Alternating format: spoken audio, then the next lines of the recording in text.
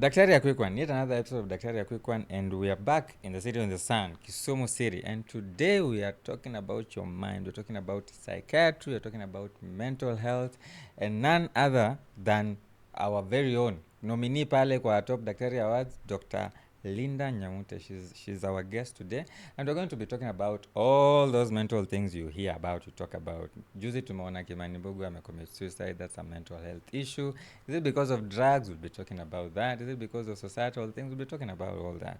We're talking about hizi vitu mnakwanga mmejiekea, oh mi niko na ADHD, oh niko na OCD, oh my child is autistic, and things like that. We will be debunking all that with Daktari today.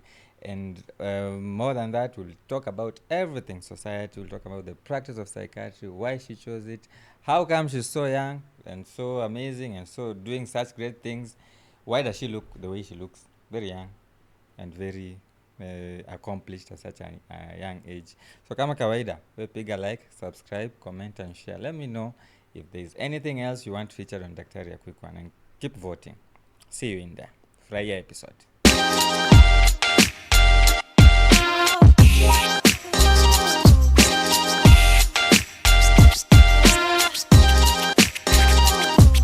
Daktari A Quick One. Welcome to yet another episode of Daktari A Quick One.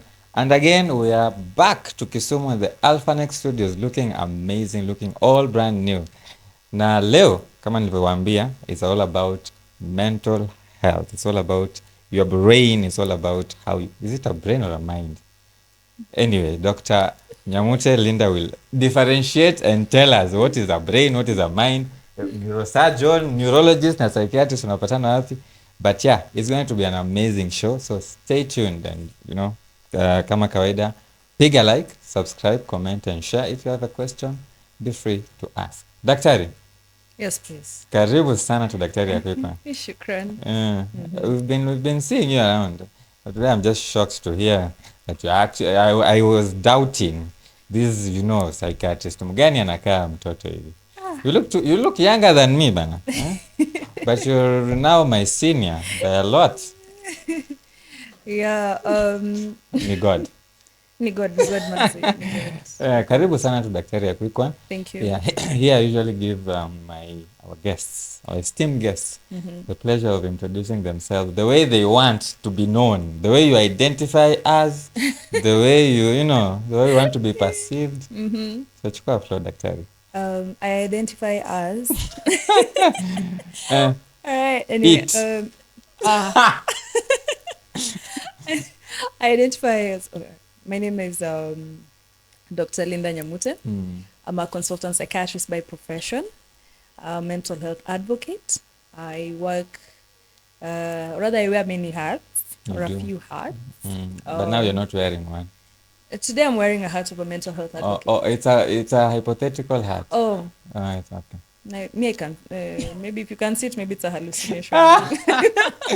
Unataka kunidiagnose, daktari, hebu relax. Yeah, so I work at Jaramogi Oginga Odinga Teaching and Referral Hospital, which is in Kisumu County.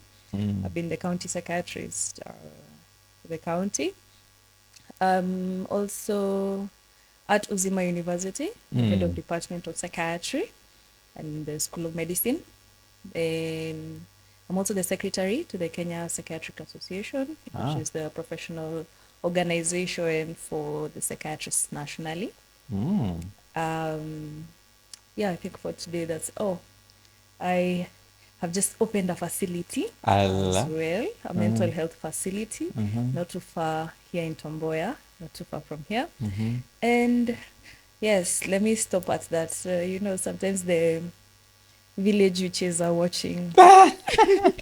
Usionge sana. A psychiatrist who believes in village witches. Daktari, hebu tuanzie tu hapo sasa. Hebu tuambie, is witchcraft real? From a psychiatrist's point of view. Because from a psychiatrist's point of view or from a Dr. Nyamute point of view? Both. Both, in whatever order you want.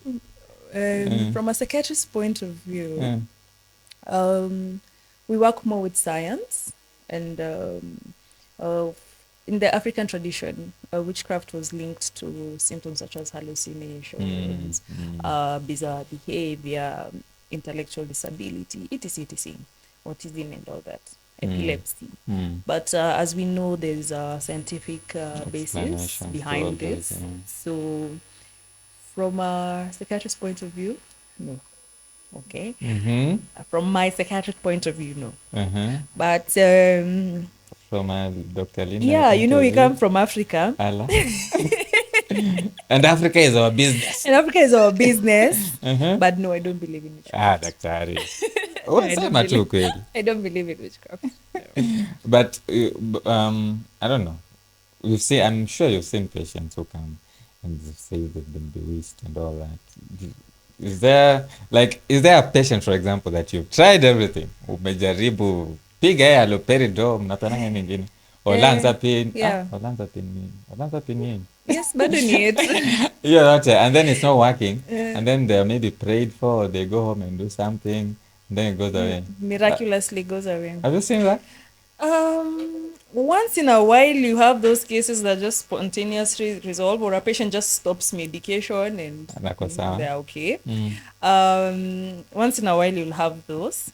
But for the better part of it, most of the patients, when you've tried and things are not working, especially if you've tried medications and they're not working, sometimes you go back to the drawing board. Is it that your diagnosis is wrong? Is it that maybe the dose is not right for this patient? Is it that maybe this drug is not, alternative? There are patients who have treatment-resistant conditions. Or they're not compliant. Or maybe they're not compliant. So you always go back to the drawing board first.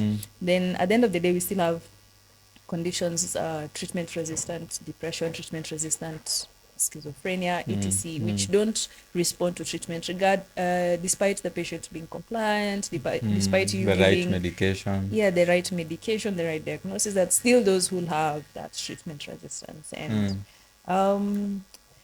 it makes you challenge a lot, question a lot, and it becomes a very difficult conversation also with the patients when, what next? We've taken the medications you told us to take.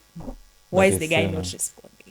Yeah, so aujaiwambia hii sasa ni kama mtajaribu maombi ama ni mapepo or you just call in a person and say remove, come out.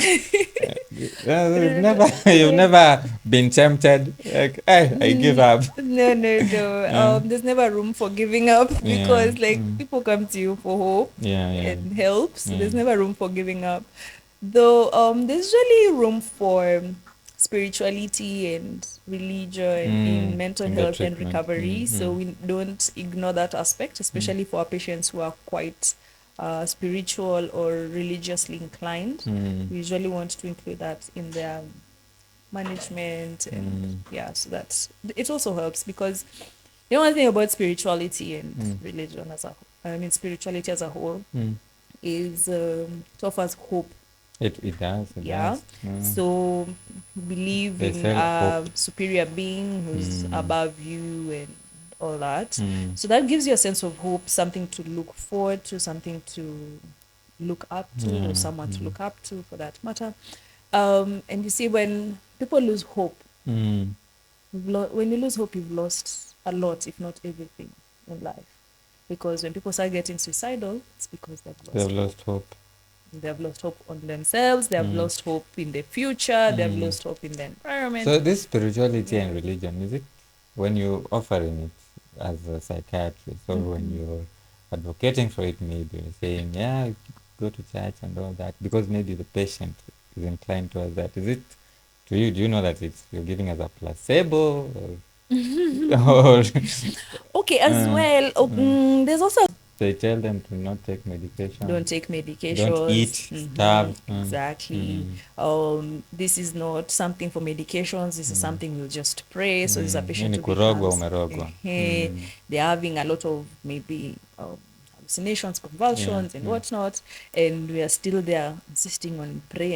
And then, I'll speak about Christianity because that's the one I'm more familiar with. There are verses in the Bible. Sometimes there are also statements that are made, cast your burdens unto Jesus, Lord, right? for he cares for you. Exactly.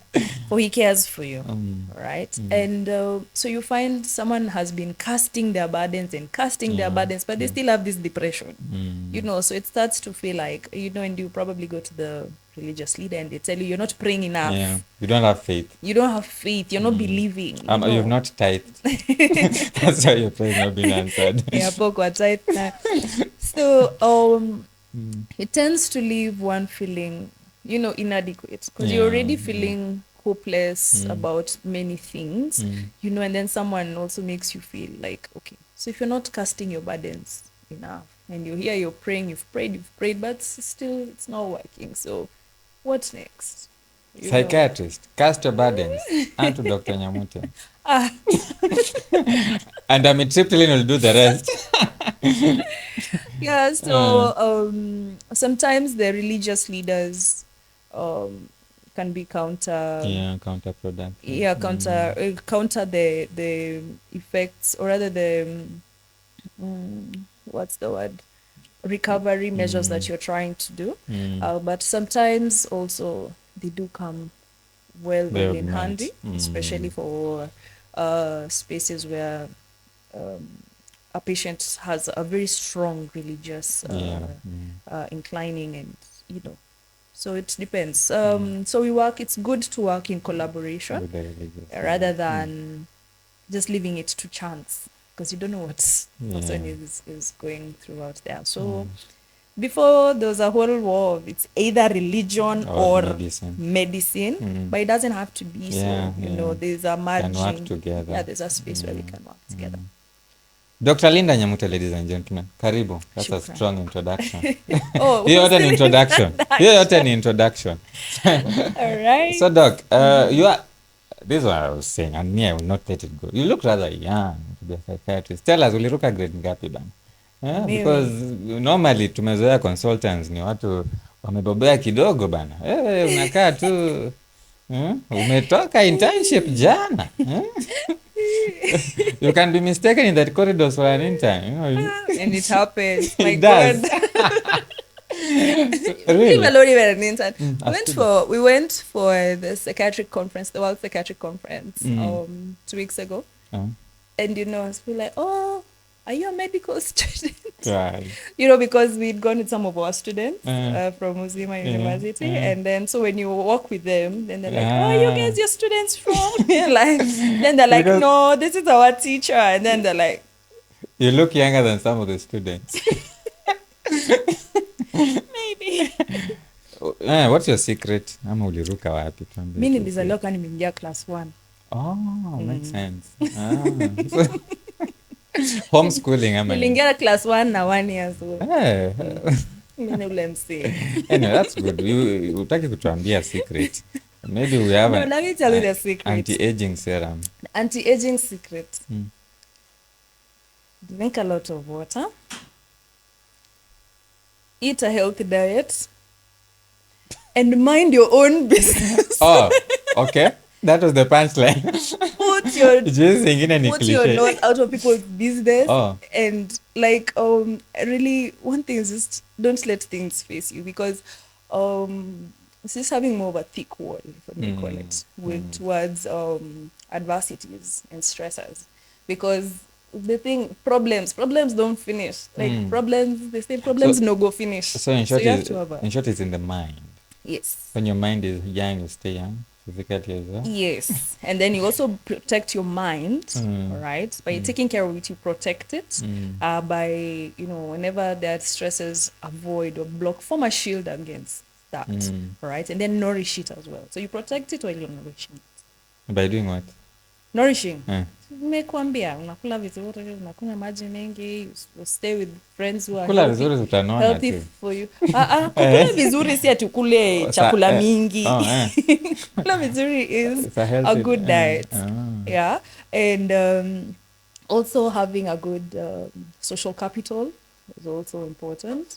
Because like friends and stuff. Yes, the friends that you pick within you is investing in your social capital is also the spouses. Kuna watu wanazeeka huku nje because they married wrong. You know, last year, the next year you look 50. Anyway, Daktari, karibu sana to Daktari A Quick One. It's a pleasure to have you. So we'll go right into it. Yes. Why did you choose become a psychiatrist of all the things? Yeah, because hey, he feel not sure. I've thought of it before as a specialization of my own, but kwanza parents, my folks have a medical background, so they're like, hey, ndio utaanza go the same way as the patients because it's been seen that some of you psychiatrists mnakaa na wale jamaa sana until you develop tendencies. Why did you choose this? For me, why I chose psychiatry, I think was more around mentorship. When I was in medical school, I think I fell upon the first there was growing interest. Once we went to Madare, I was like, oh, this is interesting. Oh, nice. I was like, oh, this is interesting. Like nothing was obvious. Nothing was what it seems. Nothing was what it seems. Let's just say I like problems. I like difficult things, maybe, I don't know. So nothing is as it seems. No patient presents the exact same way as the other. Yeah. There's no clear cut,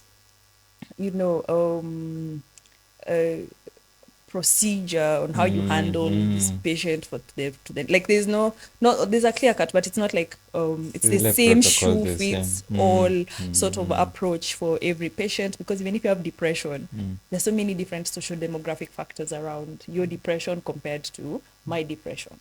So it so forces the way you to handle think, this is not the same. So kama hypertension tutasema kila mtu apewe amlodipine as first line. Yes, so you treat with antihypertensives, right? But this patient with depression, yes, you treat with antidepressants. But remember, there's other causes, because in psychiatry we do the biopsychosocial approach to anything. Biopsychosocial. Yes, so in as much, even it doesn't matter how many antidepressants I give you, if you're still going back home to the same husband that's battering you every day, it's not gonna change. Even if I give you all the 50, 100 antidepressants that they are, will not improve.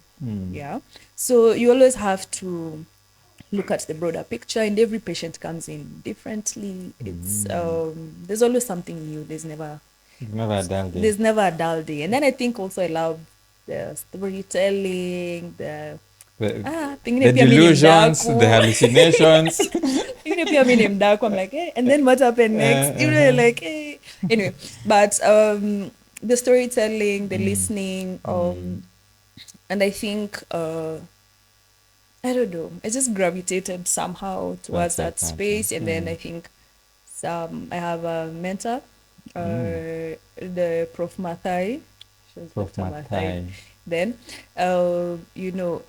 she saw me when I was in undergraduate, and she was like, "Well, make sure you come back for your master's." And that actually gave me a lot of encouragement to, pursue mental health,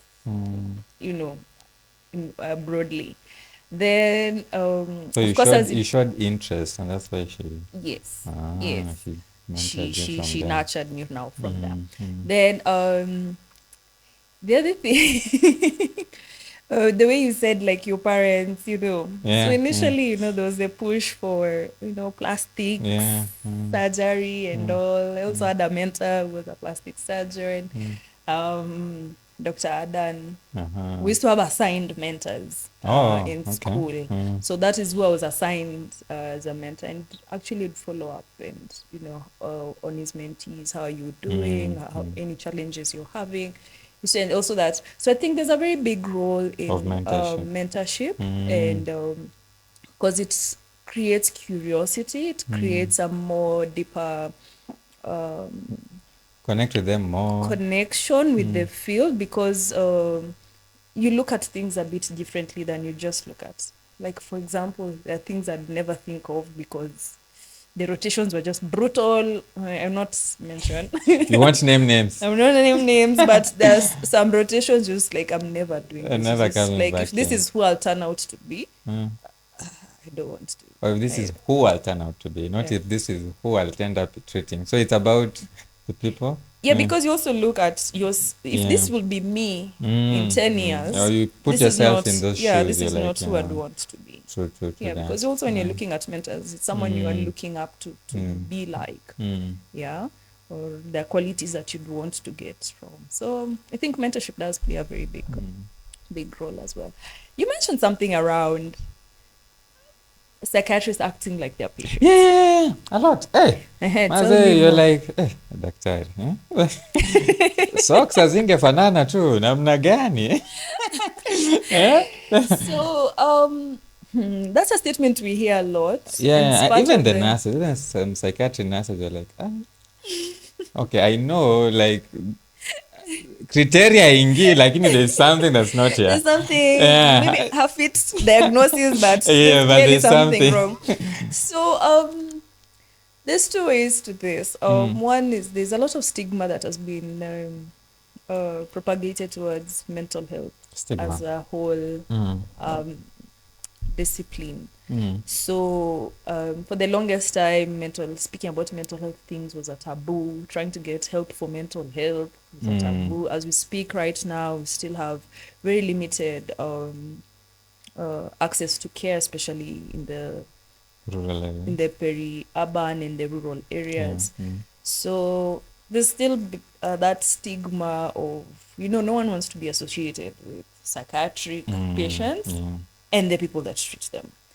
Now, there's another catch which I saw during my training, was my residency training. And that was, there are people who actually come to look for answers. Okay. Answers. So let's say I have bipolar. Okay. I've been on treatment maybe since I was a teenager. And these doctors don't seem to be getting it right. Okay. Because the symptoms keep coming or something? The symptoms keep coming, or just generally I want to know more about my illness, or I'm inclining more towards that, right? So they tend to join that, look for answers, all right? So now you have people who are already unwell, okay, joining the program, okay. So does it make it now that they join that they'll be better? For some, yes, because they gain some clarity, they work on active healing and or prevention of relapses and all that. But for some, I mean, they're just the typical patients that you'll get in the general population. Because what we say, we are humans first before you're a psychiatrist. Before you're a psychiatrist. So before you're a doctor, you're a human first. So that nothing stops you from, becoming like them. It's only that you just have more information for you to work with on how to better your life. Like ujajibu hiyo swali la mimi sijasikia answer. Is it how come they become a number of them already unwell before they come for as doctors? Yes, as doctors. Oh, you're talking about the doctors. So you're a doctor. See, medics, we are just a sample of the general population. So you already have like a thing. So when you say 1% of the general population has schizophrenia, okay, that same 1%, the doctors also fall within the 1% of the general population, all right? And then there are many other things that predispose us to stress within the medical field, all right? So it's not like you expose to these people too much that you start thinking maybe this is in my opinion, one and that's a myth that we've tried to debunk. Mental health is not contagious in any way, shape or form. So there's no way I'll sit with someone who has hallucinations and also start hallucinating unless I have my own condition to deal with, which is a separate thing. Though there's something we call shared delusions, which is a topic for another day, which is a bit different, and that is a disorder by itself. That's a disorder. All right. But for the better part of it, mental health conditions are non-contagious. Now, aside from that, we do not look at mental health from the angle of, okay, wewe uko na hii shida, ukikuja kwa daktari, daktari mwenyewe pia kuna shida. Okay? Again, You can still treat someone even if you have a problem. Yes and no. Because we are not, nothing stops us from getting the same problems the general population gets. Yeah, exactly. When it comes to financial issues, we're talking about the economy, we still face them. Okay. So there's this common statement we say, who heals the healer? All right. Yeah, because the psychiatrist says who takes care of the carer? Exactly. Who cares for the carer? Who cares for the carer? Because the psychiatrist will come and listen to everyone's problems, including the surgeon, the gynecologist, blah, blah, blah. Okay, but who listens to the psychiatrist? Okay. And so one thing is self-care. If you don't take care of your mental health intentionally as a psychiatrist, you're bound to go down a spiral. You're saying that because imagine from morning to evening, Yes. And psychiatry patients, most of them are not happy, they are not smart. These are patients who are suffering mentally, so then most of them will not be chatty. Okay, say for example, depression. From morning to evening, let's say it's depression or clinic. Depression, and all these people are pouring their problems onto you. You won't carry some home. You do, and so there's something you learn through training or through experience or through whatever way you learn. Hopefully, if you learn it, is how to disengage. Yeah, because there are a number of things we hear. You will listen to stories that will leave you traumatized. Okay, and it's it gets so heavy. For example, we used to have a GBV, a psychiatry GBV clinic. At the facility. Yes, and most of the patients who I was seeing in that clinic were children. So whenever you're going for that clinic. Yes, next to hospice. So we used to have a day allocated for psychiatric referrals. I remember that rotation. We rotated them. So by the time you're going for the psychiatry, for the clinic, that I used to have, like, I used to psych myself up. Day. I'm just like, my God, I know this will be a heavy day. It will be a heavy day. Because by the time you listen to some of the stories these children have gone through. It's so traumatizing. For example, we had a girl who had been traumatized, abused severally by several men. She was quite young, under 10. And it's the father who actually found out through the teacher's probing. And then when the mother knew about it, the mother told her to pack her bags and leave the house because she's become a woman. God damn. And this girl, we stayed the first 2 sessions. She wasn't saying anything. We were sitting, looking at each other. So you carry some snacks, because you're seeing mostly children. Just carry some snacks, you put them there on the table. And then at least, you offer them something, you eat, they take them. You're just trying to find a way to reel them in. Then eventually when she opened up, she broke down. You feel like carrying them in your handbag and like, come, let's just go home. Because what is this? There's some days you just feel like, wow. So it's also learning about disengaging, because otherwise you'll keep carrying so many people's burdens. And if you're not careful, you start wondering why you're just sad or irritable, and it's because you've not processed emotions. Exactly. And these are people's emotions, that problems that have nothing to do with you, but you've not processed them adequately. So with time and with training, you learn to separate yourself from those. Yes, you learn how to disengage. Is it easy though? Yes or with and experience no. It becomes easy. And then it depends. Sometimes let me tell you a funny thing about psychiatry. Sometimes you see it and a patient is telling you a story and you're like, where? This is me in my current situation. And you're like, tell me more. And you're like, you're seeing then they've yourself. come to look for help. Yes, and then you're just okay. And then you have to give them help. You have to provide them psychosocial support.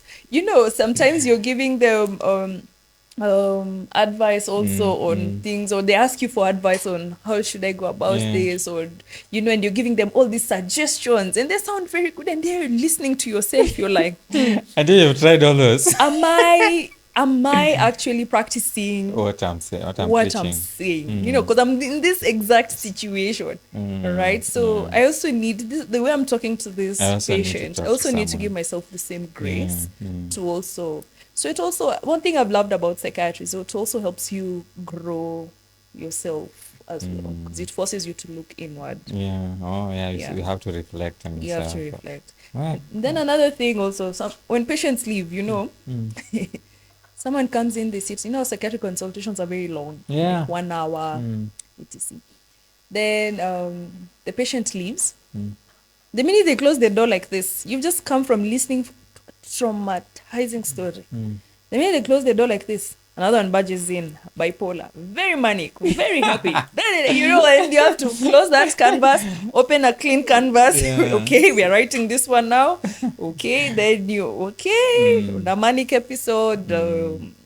Sometimes they try to cross boundaries, so you have to figure out how to do that as well.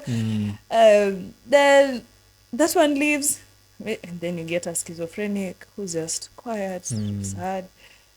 So it's just, roller coaster the whole day. Yeah, it's just a roller coaster. But it seems like you're enjoying it. I mean, there's never a dull day. I'm in my happy space. I don't think I'd choose a different specialty if I was to go back. You're locked. Yeah, I'm locked. So you from med school, psychiatry, and there you are. Yeah. Must be nice. Sisi wengine hata tujaanza tumechange mara 7. Anyway, so Daga, you mentioned a lot of depression. I don't know. In the current dispensation, are we overdiagnosing depression? Do you think? Because there used to be a criteria that there has to be this amount. But tunapatanga watu tu, sijui my cat died, I'm depressed. I think for one, people are becoming more aware. So before we'd have people having depression, sitting at home not knowing what's wrong, but this is something wrong. You can tell there's something. You're not okay. People would call it introvert for some in the name. So someone could be depressed, but they are saying I'm introverted because they keep to themselves and they're socially withdrawn. So people are becoming more and more aware. So people are seeking help more. However, we also have terms where people just throw in, especially depression. They just throw in the tab, I'm feeling depressed. Niko na my depressions, so then the next person will be like, there's so many depressed people, but what is depression really? It's sustained low mood for a period of certain duration of period, and that is 2 weeks, and it's accompanied by other symptoms. It's not just one symptom and you say, okay, this is depression. So watu wanajilabel na hizi zingine but so there are two sides to it. There's a good side and the bad side. The good side is that they'll seek help early enough. Early enough before things complicate. But then do people who are depressed say I'm depressed? There's some who are ready to admit that they have that insight. That I'm not okay. And there's this famous tagline, I'll say it's okay not to be okay, and they say I am not okay. And I'm here to seek help because there's something wrong. Siko. And we get enough of those. Depression is one of the highest, one of the top disorders where there's self-referral compared to a number of other illnesses. For example, a bipolar patient will be brought. In a manic episode will be brought. A schizophrenic patient will more likely be brought. But a depressed patient will be seeking help. Anxiety patients will be seeking help by themselves, and say, I'm not okay. There's this and this and this that's going on, and it feels this is not me.